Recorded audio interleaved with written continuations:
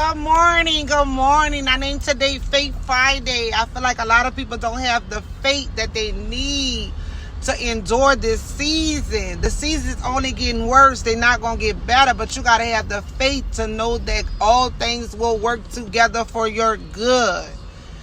I was almost late for work this morning because I started writing a prayer and I just had to see it through, my boy. I could not finish until I finished listening to it. I didn't even have time to edit it. I just edited. So if there's any typos that the ones I sent out before I edited, oh well, still receive the prayer. Just skip over the corrections. Anyway, child, today is Faith Friday. Faith Friday. We got to have some faith in this season. We got to have faith. We have to start encouraging yourself. I'm going to tell y'all a little quick testimony about somebody that called me yesterday about some faith. Part 2. I did just get off of Pastor Live and it was phenomenal. And he kept talking about faith as well. And it's just like our spirits are kind of intertwining, baby, because when I talk about stuff, he talk about stuff, you know. And I told y'all yesterday how I was so distraught about the boy getting killed, and I told you God said he saved me. And so he was basically talking about how when God has his hands on you or have you in his hands, ain't nobody can touch you. You know what I'm saying? That's why all of the things, when everybody came against me, like I asked God, I'm like, God, why it take all them and it's just me? And people be bragging like, girl, you fell out with everybody. No, everybody fell out with me. I started telling them no, and I started setting boundaries, and then we had a problem. Houston, we got a problem. You know what I'm saying? As long as I was giving them the benefit of the doubt, as long as I was the unlimited bank, as long as I was saying yes, as long as I was bringing them here and bringing them there, I was the favorite. But as soon as I started saying no, I can't do that. And so anyway, I was saying, and as soon as you start telling people no and setting boundaries, then you become a problem. As long as people could use you and abuse you, they love you. And as soon as you get wise enough to start saying no, or you actually utilize that discerning spirit, you know what I'm saying? Now you crazy and all this kind of crap. Okay, cool, that's fine. Anyway, and so then I also asked God, I said, why it take that many of them and it's just me? He said, that let you know how much power you got in you, that it takes all them to fight you and it's just you and you still winning. I said, all right. I said, it like we try to prove our enemies wrong. I don't go around trying to prove nobody wrong. I pray that the people that's living their best life and they eating, it just won't be with me. I try to prove myself right because I already knew what I said in 2019 was going to come to pass because God told me it was going to come to pass. So every time I be like, I told myself that, yes, it was revealed to me. Then I'm going to get back to my topic, but let me speak on it. Like, a lot of people now disconnected to, they try to make it seem like they flex it on me. Sis, you can't flex on me because I wanted you to win when I was talking to you. Like, how you flex it on me? And your whole life I've been trying to upgrade you and pour into you and get you to elevate, get people to stop playing with your top. And you think you pouring on me? Sis, you can't pour on me. I want you to pour. Just, it won't be with me. Talk your poo, sis. Baby, you're not flexing on me. I want you to flex. You know, but I will say this. You might want to keep it humble because when God had to humble me, I don't never want to go out there to humble me again, child. Because when God humbles, he humbles, child. He will humble you to the ground, okay? And you be like, Lord, what must I do to get back in your favor? Type gig. Yeah, I done been there, child. So I'm humble about everything. I give God his glory.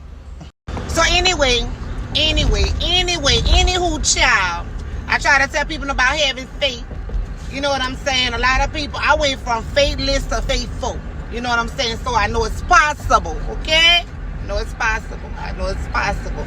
You know, when I talk about so much faith around people, then I'm very corrective when it comes to words. All that, I hope you have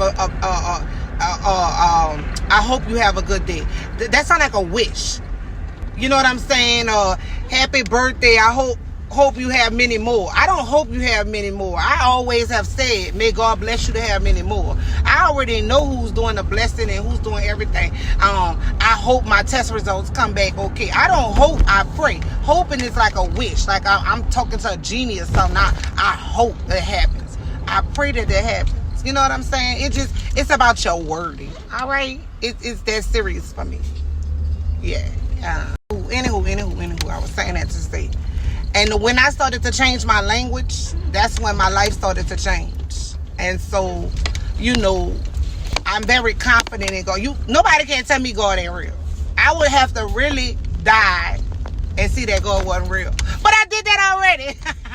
I would really have to stay dead, I should say. You know what I'm saying? If you ain't never had what the natural call, an out-of-body experience, you know what I'm saying?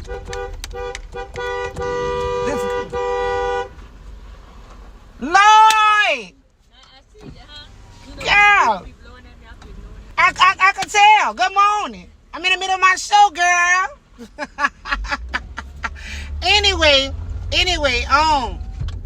I was saying that to say, if you never had an out-of-body experience, you can't tell me nothing, child. I be seeing them videos and them people going viral saying they died and came back.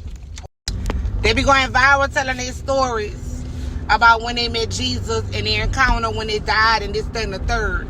And so I did a story time in 2020 of when I met Jesus. Matter of fact, people be thinking I've been making all these videos and posting my hashtag over and over. That's how you get the momentum. Like, I'm almost at 40,000 views on my hashtag alone.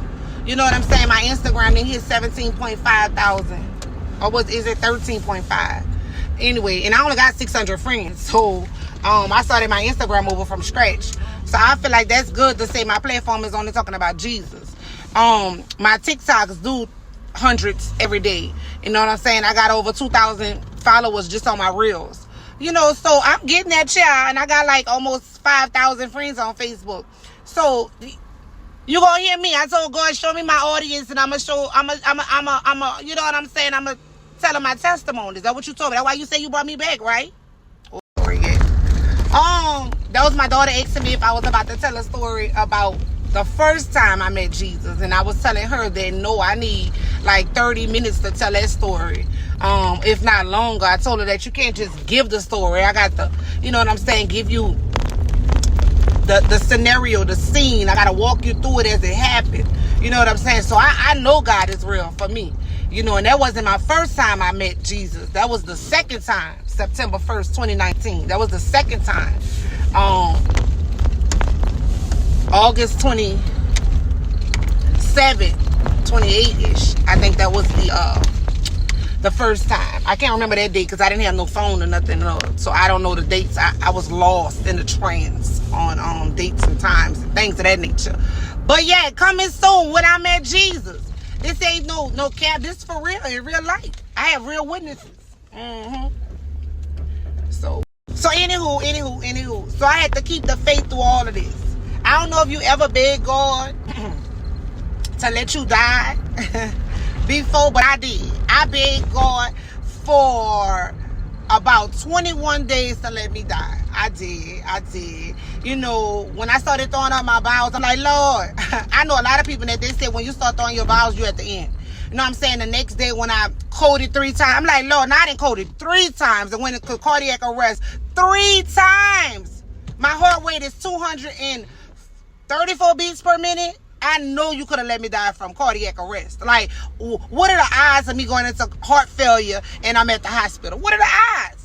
Then the next day my kidneys went out. I'm like, now, Lord, I know people that didn't die from their kidneys going out. What is you saying? Then the next day was the bowel obstruction. I'm like, now, Jesus.